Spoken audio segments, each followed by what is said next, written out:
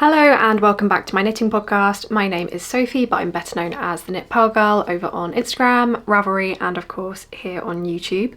I'm a full-time knitwear designer, and this is my podcast where I talk about my design process, what I'm working on at the moment, finished objects, and a little bit of yarny stuff too. This is the second time I've tried to film this podcast. I filmed it in a rush at the start of last week, so I'm filming this on, what is the date? 4th of June. How is it already the 4th of June? Oh my goodness. And basically I am between two camping trips at the moment. So I went camping with my brother and his family last week, which was really nice. I really caught the sun, so I'm looking like much more summery all of a sudden, which is nice. And then my partner and I are going down to Cornwall next week. Yeah, next week. For another trip, which will be lovely, although it's not looking very sunny. It's looking quite rainy actually. So yeah, I've been a little bit time poor lately, so that's why this podcast is a little bit late. I've been pretty good at doing them monthly so far this year, and that seems to be working best for me in terms of scheduling and kind of making sure there isn't like nothing to talk about and then loads to talk about, nothing to talk about, loads to talk about. So yeah, anyway, big ramble. But yeah, this is my second take of this filming session, but I think I kind of know a bit more what I want to say this time, and I'm less time poor. Like I said, I've got a lot more time to kind of film B-roll and, I don't know, chat rubbish for an hour. So with all that being said, I will start chatting rubbish now by talking about what I'm wearing. This is my Loddon sweater design. It is a Henley neck raglan sweater. This was my first sample. Some of the yarn was gifted for this. So it's made with Knitting for Olive no waste wool and Knitting for Olive Soft Silk Mohair. The no waste wool was sent to me as a PR gift from Knitting for Olive when they launched that yarn. I want to say it's the shade Dark Navy, and then the mohair is the shade Blue Whale, which, no it's not, yes it is. Can't remember, I'll write the notes down below, but this pattern is available on my website and on Ravelry. And I have a 25% off sale running until the 7th of June at midnight. British summertime, so I don't know what that is around the world, but yeah, midnight BST, but all that information will be down below. But yeah, I really have gotten back into wearing this sweater lately because it's lovely for the weird British early summer weather. It's quite breathable because it's knit at a fairly open gauge. I should really look this up before I talk about it. It's my own pattern, I should also remember it. 19 stitches in 10 centimetres 4 inches. So yeah, it's quite it's just nice for this time of year. And I wore it a lot towards the end of last summer as well, so I think it's quite a good transitional piece. And I like the neckline. It's just very, I don't know, very, very easy. It kind of feels like a little bit more of an effort's been made, even though it really hasn't. I was wearing a summer top this morning, but it's actually too cold. It's really typical, again, early British summer. It's kind of, the weather doesn't know what it wants to be. It's kind of sunny one second and then rainy the next, which is why I'm sat further back in my office than normal, because I'm hoping the light will be a bit more consistent, but we'll see. Anyway, that kind of wraps up the intro, I guess. So I sounded really posh then. So I will go straight into the meat of the podcast, and I'm going to do things slightly differently today. Makes it sound a lot more dramatic than it is, but I normally talk about my finished objects first and then my works in progress and yarn stuff. And I do have quite a few FOs to talk about, but they're largely things that you've seen before. Either they're all kind of second samples, and then it's a hat, which is a whole other thing. We'll get there.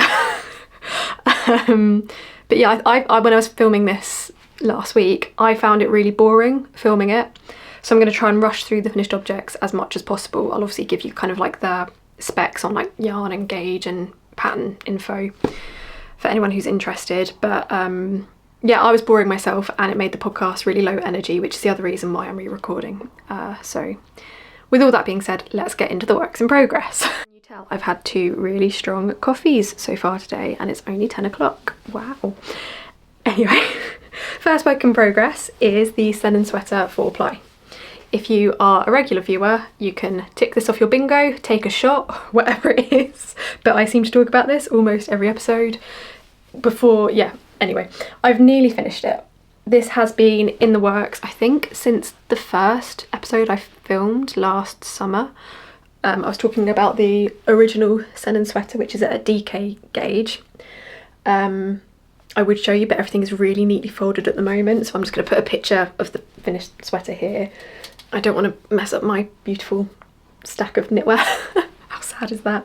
But yeah, I've finally put my money where my mouth is and knit the damn thing. Really enjoyed making this, actually, a lot more than I thought I would. So as the name implies, it is made with 4-ply yarn. It is by my friend Marina Skua, and this is the main colour. If I hold it against the white wall, that's probably more sensible, isn't it? So that is what that looks like. Really pretty blue. I think, at least on my viewfinder, it's showing up a lot more warm toned than it actually is.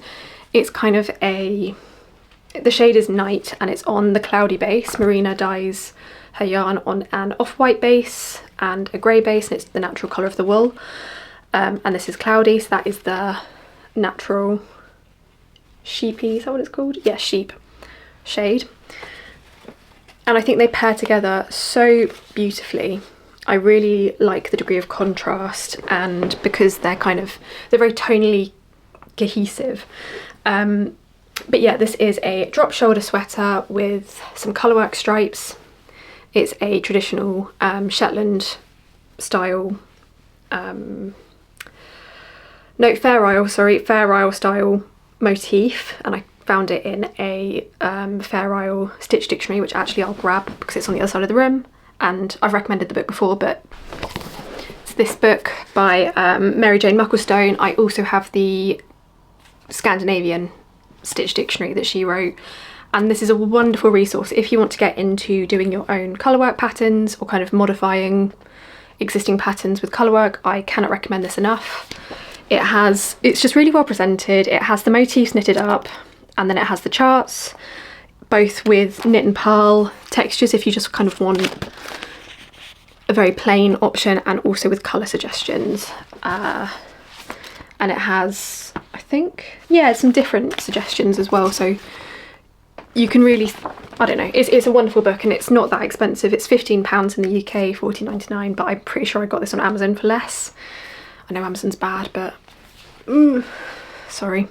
But yeah, that's where the motif came from, and it's a drop shoulder sweater with kind of this style shoulder detail. So it has, you work the back yoke first with leaning increases on the right and the wrong side, pick up stitches to form the shoulder, shape the neckline. There's a little bit of underarm shaping for most sizes. I want to say it's only size D that doesn't have any, because that was my original sample size, so that's what is used to grade the degree of the drop. I had a little bit of underarm shaping for this size because I've made size C. Yeah, I really love it. It has lateral braids, although you can't really see it, so I didn't actually bother doing the lateral braid before the hem because it's quite a lot of work, and if you can't see it, I didn't want to include it. But yeah, it has got a lateral braid around the start of the neckline, which I think looks particularly smart at the back neck. I really hope you can see this because it was a lot of effort to do. I've made this with a 3mm US 2.5 needle with the rib on a 2mm US 0 needle, which really was a labour of love. I would normally do a bit more rib than this. There's only about 2.5 centimetres, 1 inch of rib, but that was all I could cope with doing. I think it took as long for me to do that last bit of body rib as it did to do like the last 3 stripes, because I was just like, oh, this is horrible. I don't like working with a needle that small. It's grim, but it does look really nice, and you do get a very kind of professional shop bought finish, which is kind of often what I'm aspiring for. And I think the colour work looks really smart. Again, I just love it. I did on the DK version there are 5 stripes. On this one there are 7 to account for the difference in row gauge. My tension is 26 stitches, 38 rows or rounds, I think. My laptop's in the other room, otherwise I'd check. But really lovely because it is a very lofty, lightweight yarn. My tension is a little bit looser than it would be with other 4-ply weight yarns. So for my shell tee, you're going to be able to see that now. So these are my summer knits from this year. So for my shell tee, my moth repellent is falling down. Shell tee and billy tee, my gauge is closer to 30 stitches. I don't think it is 30 for either, but again, I need to check that. Yeah, but because this yarn is quite lofty, it's woolen spun, and it is so soft, especially the undyed shade.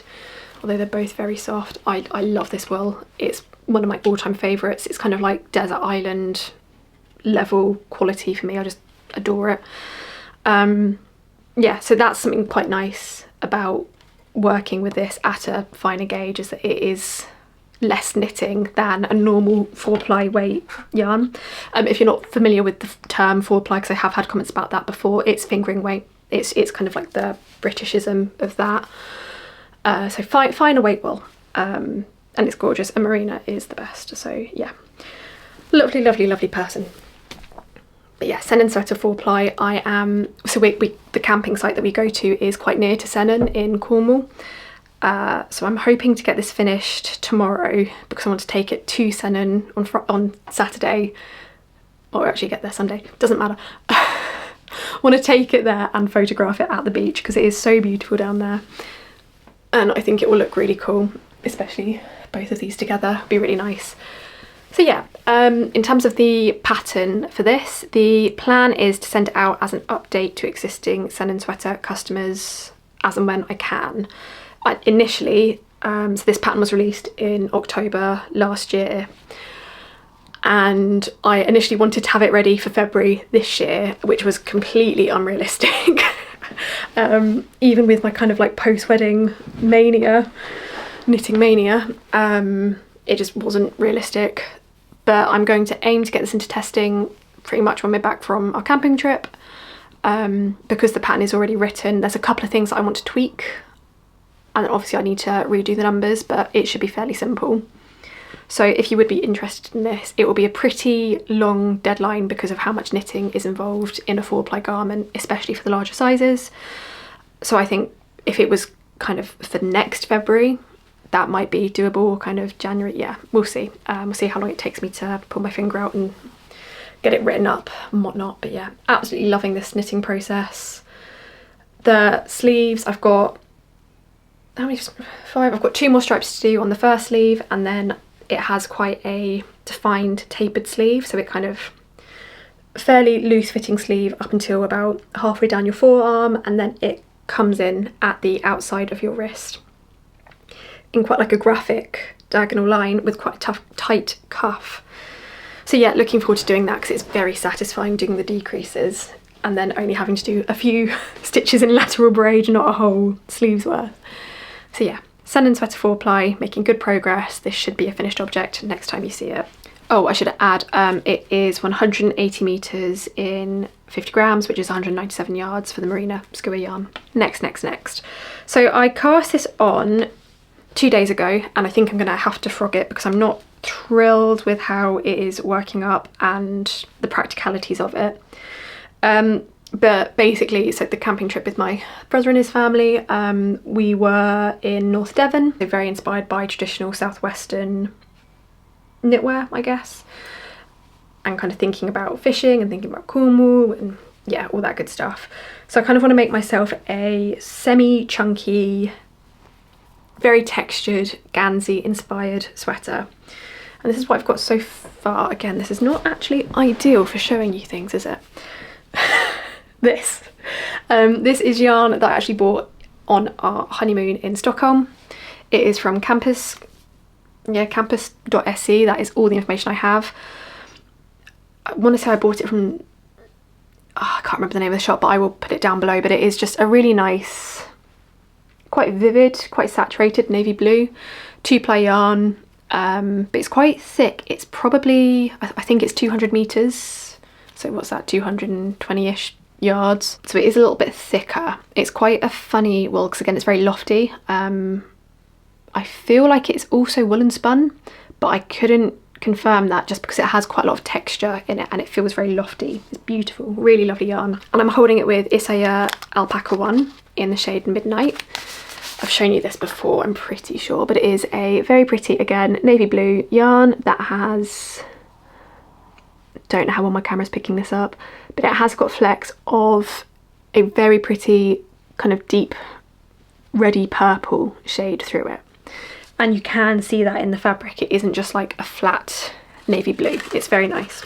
I really like Alpaca One and all of the kind of lace weight alpaca yarns at the moment for adding a little bit of volume to a fibre and adding a bit of extra softness, that kind of thing, without spending as much money as you have to on mohair. Oh, the sun has just come out, so hopefully, no, the sun went back in as soon as I said that. I was going to say, I hope that I can kind of show you the colour, but I don't think I can. But yeah, in this piece, I have attempted to do a saddle shoulder, although I don't know how successfully I've done it. I think it could probably do with being a bit wider, so that's the reason to frog.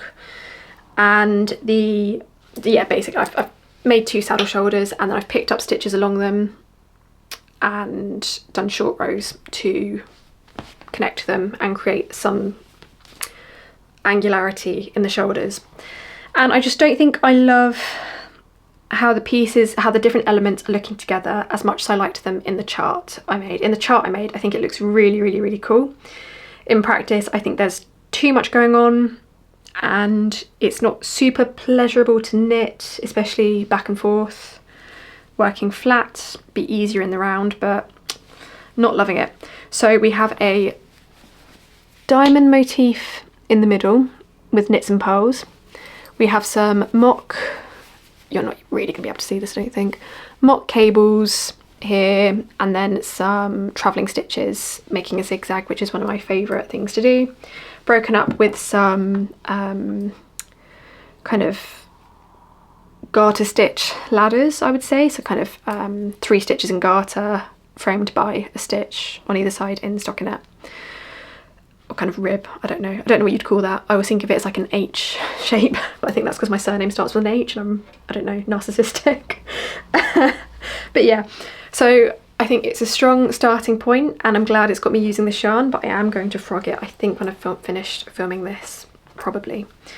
But it's going to be called the Gwynver Sweater, whatever it ends up being. I need to go back and think about the construction again a little bit. Like, do I want... I'm kind of tempted to do a raglan, but then I'm not sure. I can kind of see quite clearly what I want the finished object to look like through this part of the body, but I can't picture the sleeve and the shoulder construction quite yet. So maybe, I don't know, like I said, I'm going to be knitting on the Sennen sweater for the next few days anyway, so maybe I take a break and then see how I feel when I get back from Cornwall, or if I see anything that particularly inspires me. But yeah, love the wool. If you can get your hands on it, I recommend it. It's really beautiful. And it was really cheap. I want to say it was like €37. Next we have, this is a second sample, so you have already seen this design quite a lot, so I do apologise again for repeating myself so much in these podcasts. But I've started my second DK Juno Sweater testnet sample. The pattern is in testing at the moment. This is what I've done so far. I am using Cardiff Cashmere Classic in the shade Nordik. This was an impulse purchase. I shouldn't have bought this, but I'm really glad I did. It is so beautiful. This is what the fabric is looking like. Very pretty off-white base with kind of not quite cobalt, but quite a bright blue fleck and a brown fleck. Let me grab a fresh ball of yarn so you can see what it looks like. That is it in the ball. Really beautiful.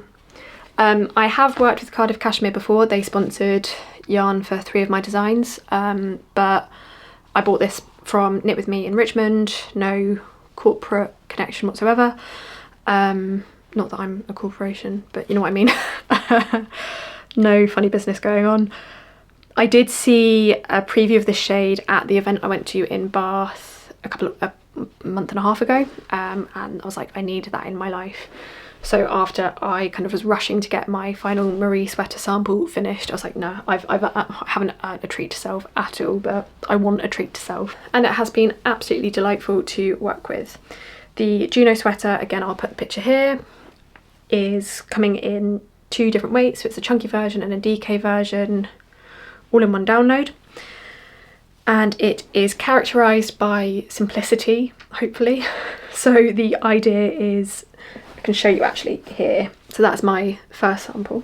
And that's made with Isager Tweed and Silk Mohair in the shade Topaz and something else, 45 in the mohair maybe. It will all be down below, all the shade info will be down below. But because that yarn is so pretty in and of itself, I really wanted the design to kind of just let the yarn sing, as it were. And I think that this is really appropriate for this cashmere yarn because it is so lovely. The shoulder detail looks really nice and crisp, if I can find a way to show you that doesn't look ridiculous. Yeah, so kind of like the line of increases down the shoulder looks really nice.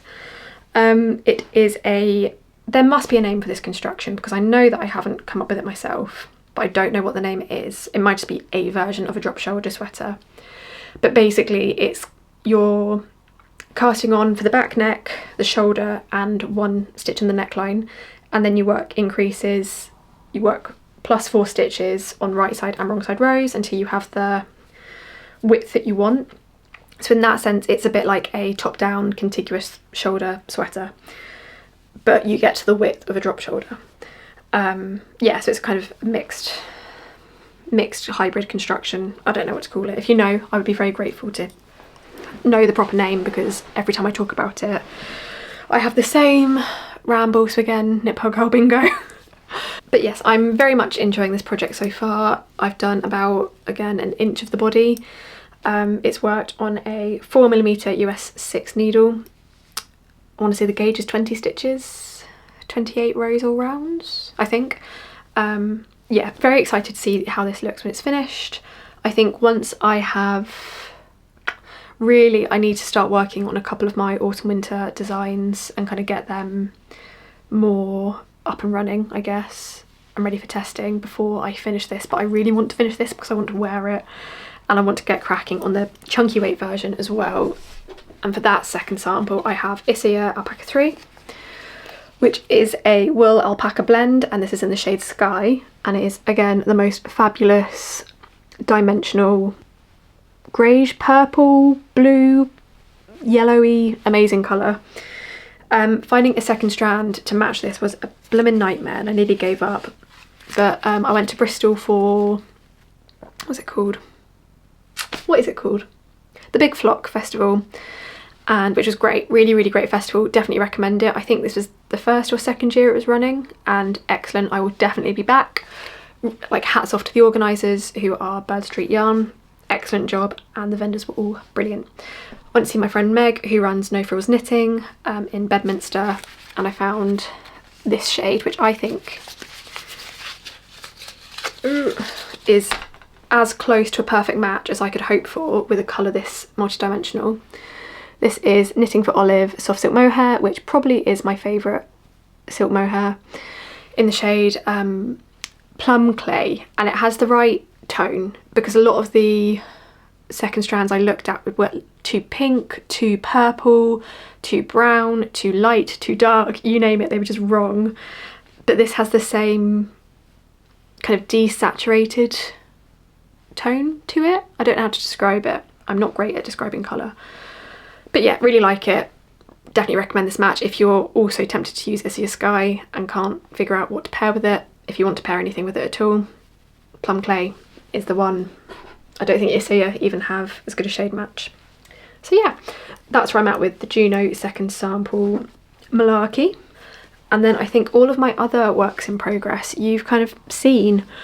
So I'm still chugging away on this colourwork motif sweater. This is made with John Arbon Harvest Hues DK, and it's a very simple colourwork. I'm about halfway through the body.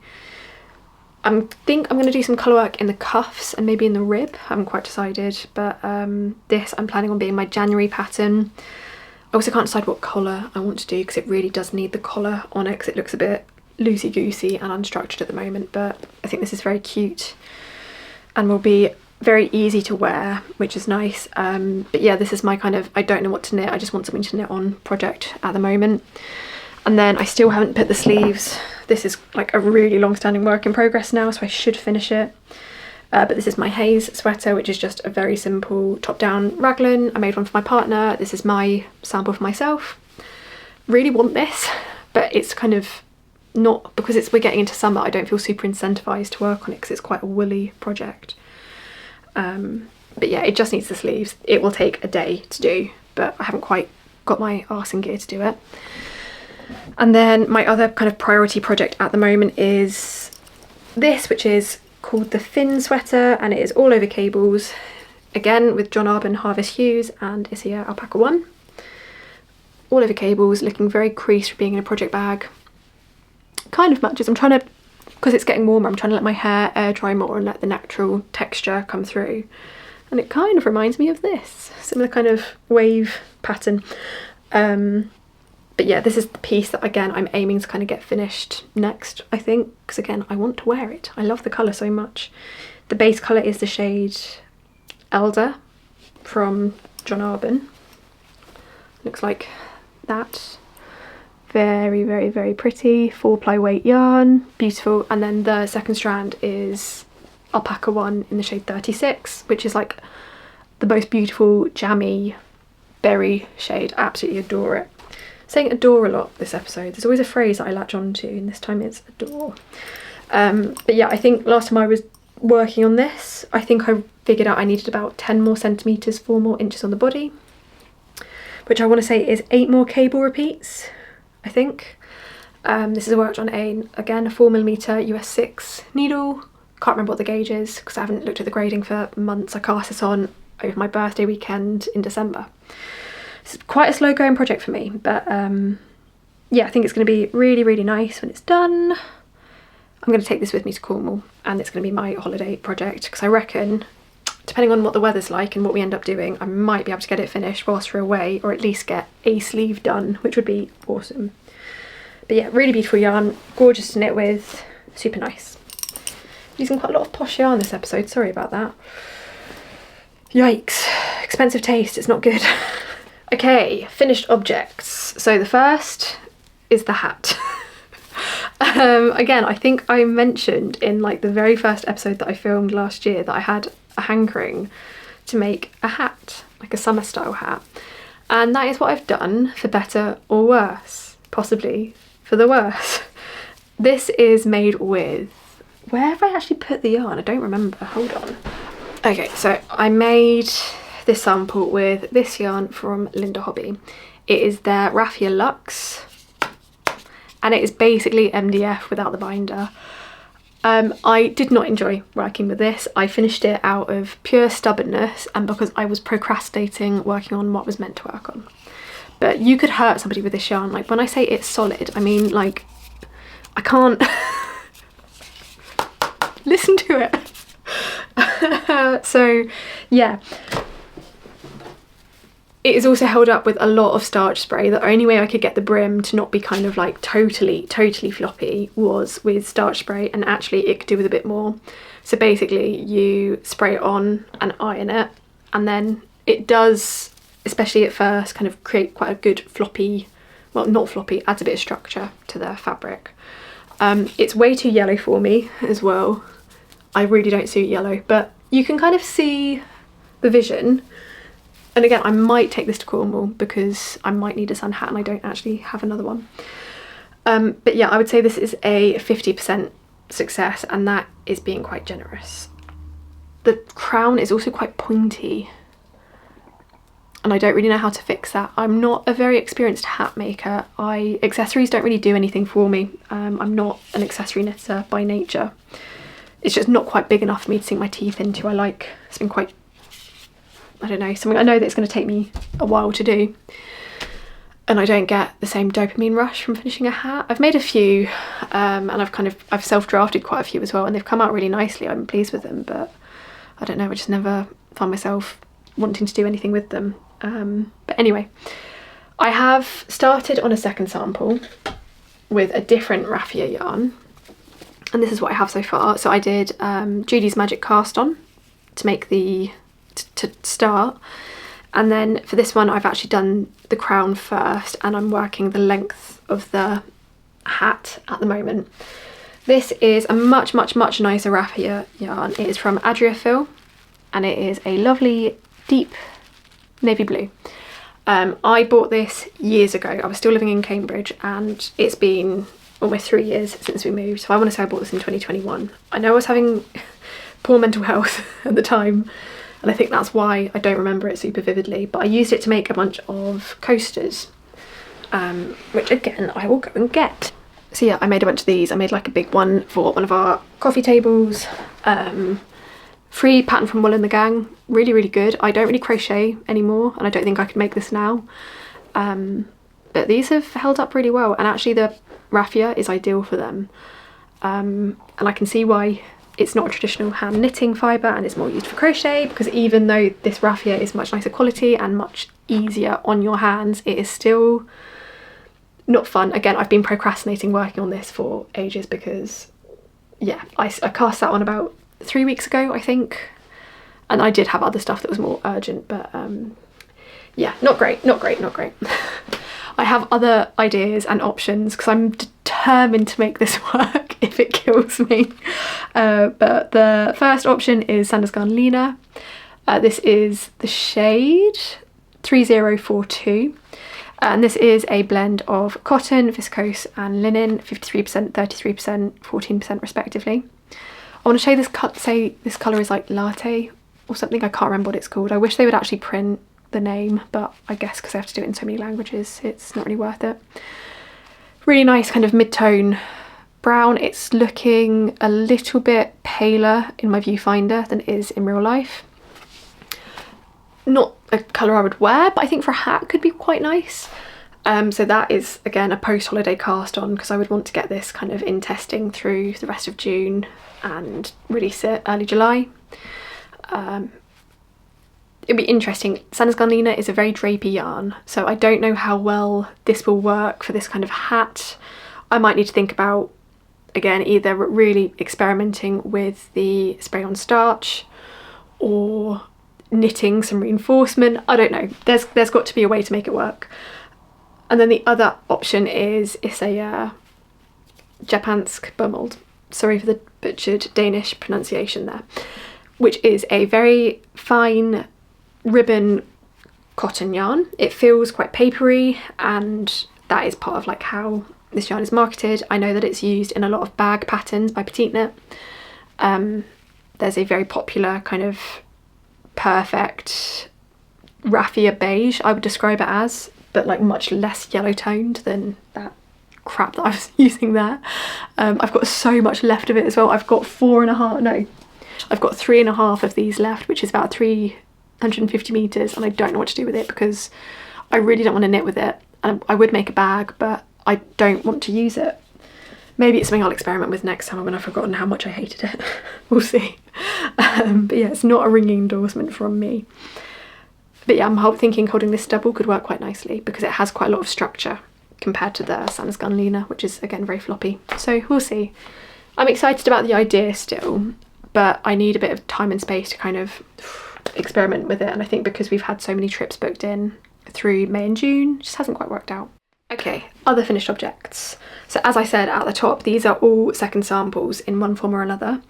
I will start with this one, which is my Annie vest. This was the second sample. This pattern is also currently in testing and is scheduled for release at the end of July. The back is fastened with little bows, little I-cord bows, and it kind of has a drop shoulder construction. This is the full length sample, and then this is my first sample, which is cropped. So that is the difference in length. Hold on. Yeah, not the best representation, but yeah. The first sample is also fastened with buttons, and the pattern has options for both. I used the same yarn for these in 2 different shades. So this is Gepard Horsilka in the shade Mineral Blue, and Birch Bark 721-100, I think are the shade numbers in case you're looking for it in a different language.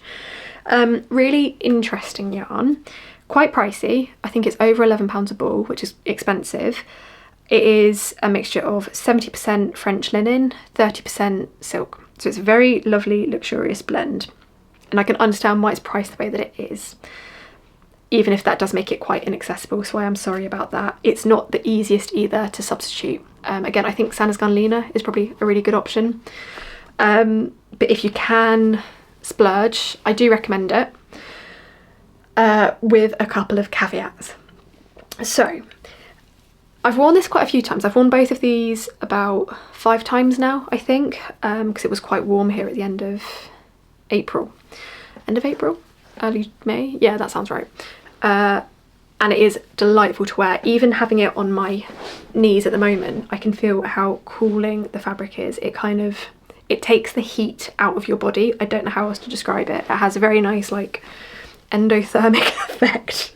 Is that right? I don't know. I did humanities, not science, sorry.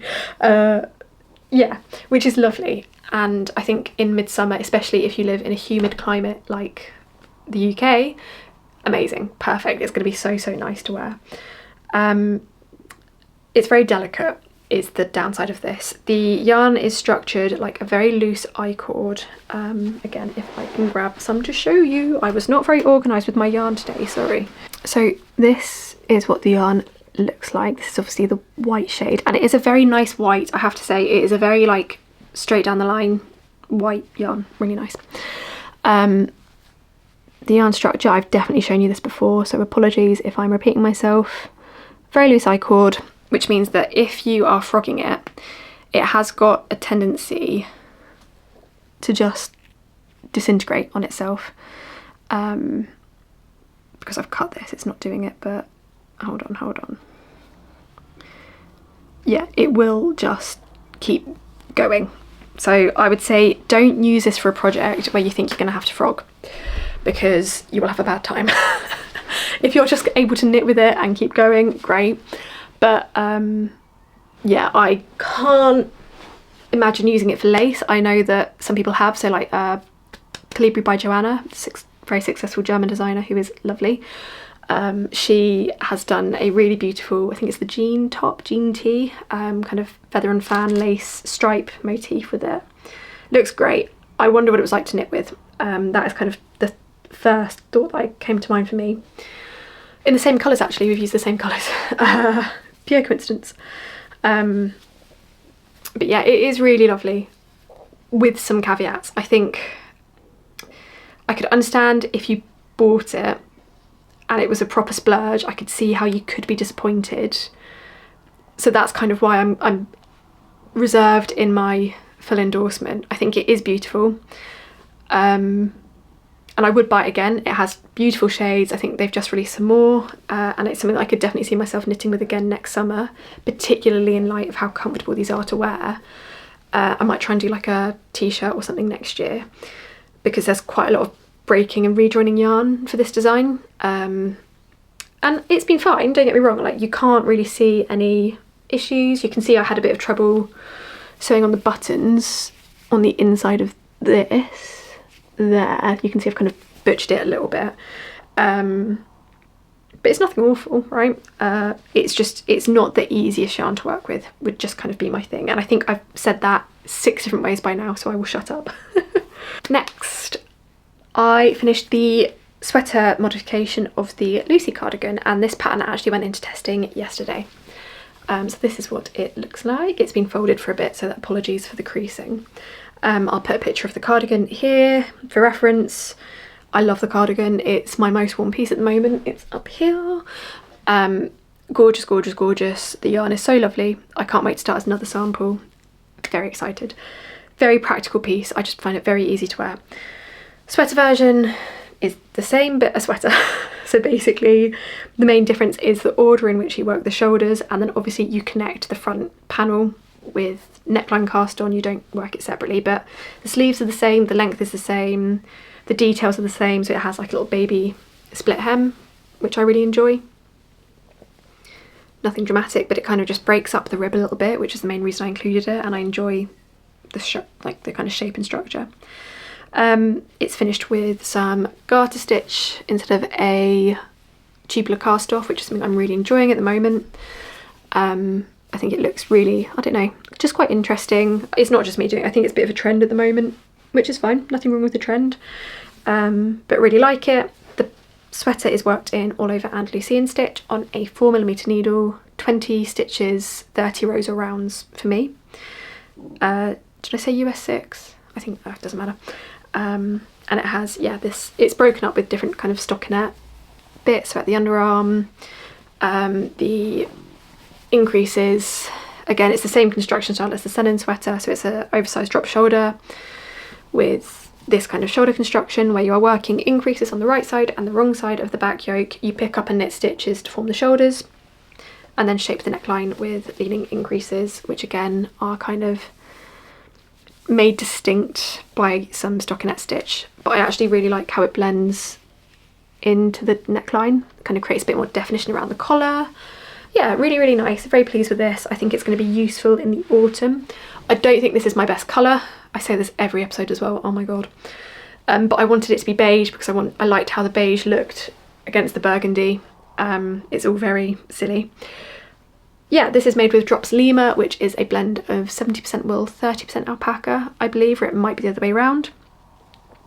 And weirdly, I used a lot less yarn for the sweater than I did the cardigan. I would expect to use slightly more yarn for the cardigan, like maybe 50 metres, 55 yards, like that kind of realm, just because obviously the button band, you've got like a duplication of stitches over that connecting bit, right? But considering the cardigan doesn't have a double folded collar, yeah, it was very strange. I used 1200 metres for the sweater, so like 1300 yards ish, and I only needed 1000 metres, if that. I think it was close to like 950 metres for the sweater. Really weird. I can't really account for it. I haven't made note of it in the pattern just in case my results are anomalous, so I'll see what the test knitters say. But yeah, it's very strange because I did the body to the exact same length, and because you can count the repeats so easily, I know that it's the same. It's really bizarre. I did have to block this quite aggressively, but the yarn feels beautiful. It's really nice and soft. It was a bargain as well. I think that this cost less than £30 to make, which is great because I've splurged on some very pricey yarn in other areas lately. So yeah, balance, eh? So it's all good to have balance. But yeah, I think this is going to be really nice and easy to wear in the winter. I like this kind of very boxy, oversized style. I know that it's not for everybody. Some people don't like so much positive ease because this does have, I think, 20 to 25 centimetres positive ease. What's that in inches? 8 to 10, is that right? 8 to 10 inches of positive ease. So I can't think in inches at all. It does not come naturally to me whatsoever. But I like it. I think a lot of it depends on your shoulder to bust ratio as to how much you enjoy wearing it. I'm sure there are people who know about like different body types who could tell you much more about it, but I just know that I find it very comfortable, and that is the main thing. If you don't like it, you don't have to make it. Yeah, but that is the Lucy. Very pleased with this. For the third sample, because I am planning a third sample purely because I wear the cardigan so much, I'm planning on using Isager Alpaca. This is the shade light grey tweed, I think. The shade number is 1035. Very pretty yarn. I love Isager Alpaca. It is one of my all-time favourites. It has a really interesting range of colours in the tweed. So it has some beige. The yarn itself is kind of like a spun mix of off-white, not quite beige, and different shades of grey. It has ochre, burgundy and brown tweed flecks. Really pretty. Great value yarn in my opinion. I think it's £4.20 a ball. You get 91 metres, 100 yards, but it's my favourite yarn. Again, this is like desert island yarn for me. I just find that it wears really well. It's really comfortable. I have very high tolerance to wool for what it's worth, so I think if you're very sensitive it might not be for you, but for me it is kind of as close to perfection as you can get. Great colour range. Yeah, I'm going to do, oh that's some news actually. I spoke about this a while ago and I haven't gotten around to filming it yet because again I've been quite time poor, but I'm going to start doing yarn reviews again in more depth, so kind of doing them as separate videos, hopefully 10 to 15 minutes long, where I just kind of get really nerdy about a yarn and the first one is going to be Pigant. In fact, I might actually film it after this, but then I really should finish that sweater. No, I'll finish the sweater, I'll film it when I'm back. Yes, if you have any other yarns you would like me to review, let me know, because I will gladly do some experimenting. Doing a lot of this kind of hand motion today, sorry. Yeah, so that's that. That is sample 3 of the Lucy.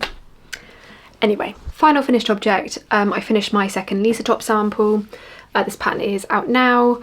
I've kind of done the opposite of what I normally do, and talked about the pattern last, this month's pattern last. But yeah, this is the first sample. It uses a very similar construction method to the Juno sweater that I showed earlier, but it has a double broken rib stitch detail in the shoulders, and that is carried through the sleeves.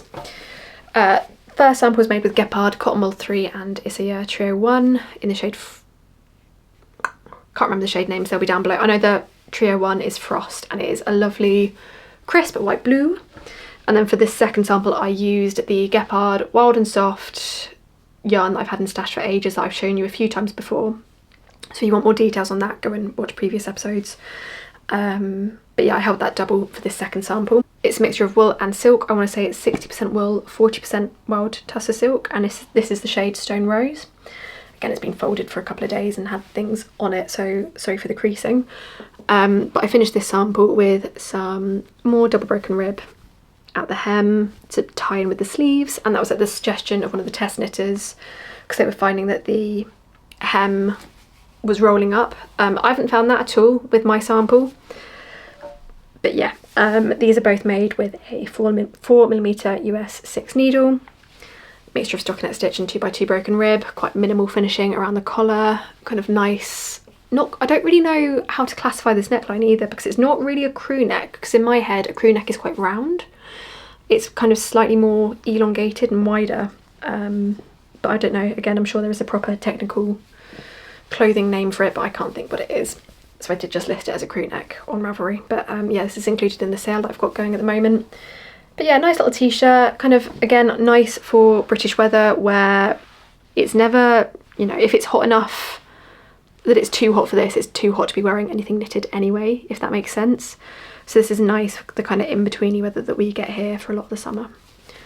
Nice and neutral colour, I really like it. I liked knitting with this wool held double a lot, it was really nice. And it's made a nice kind of, nice, sorry, I'm running out of words. It's made a kind of lightweight, slightly crispy, do some knitting ASMR, sorry, fabric, just, yeah, all good. Okay, I think that about wraps things up for today.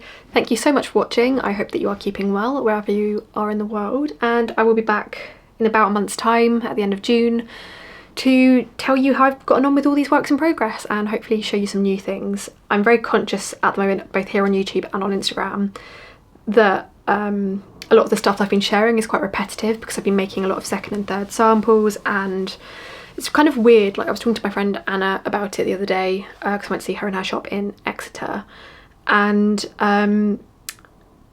it's a weird thing, because obviously my job is very creative and I love that, but then I do have periods where I'm having to make the same thing, because I need to be able to show it in multiple iterations, like different colours, and also because sometimes I just want a second sample of something. Like my Marina sweater, I probably didn't need to make 3 samples, but I really like that design, I wear it a lot, and I wanted a third sample. I actually wear the beige one a lot. Ooh, beige, there we go, it's really useful. But yeah, it can get a bit, I don't know, because I've done all of the creative decision making prior to casting on a second or third sample, it can feel like going through the motions a bit and not like I'm engaging the creative part of my brain. So I find it more kind of, I don't know, more like hard work, I guess is how I would phrase it. I hope that makes sense. I hope I don't sound bratty in saying that, because I know that I'm very lucky to be able to knit for a job, but I hope I'm getting the sentiment across. But yeah, fingers crossed I can kind of get back into the creative brain side of things very soon and talk about that some more with you next time. I will leave this here and go and edit it.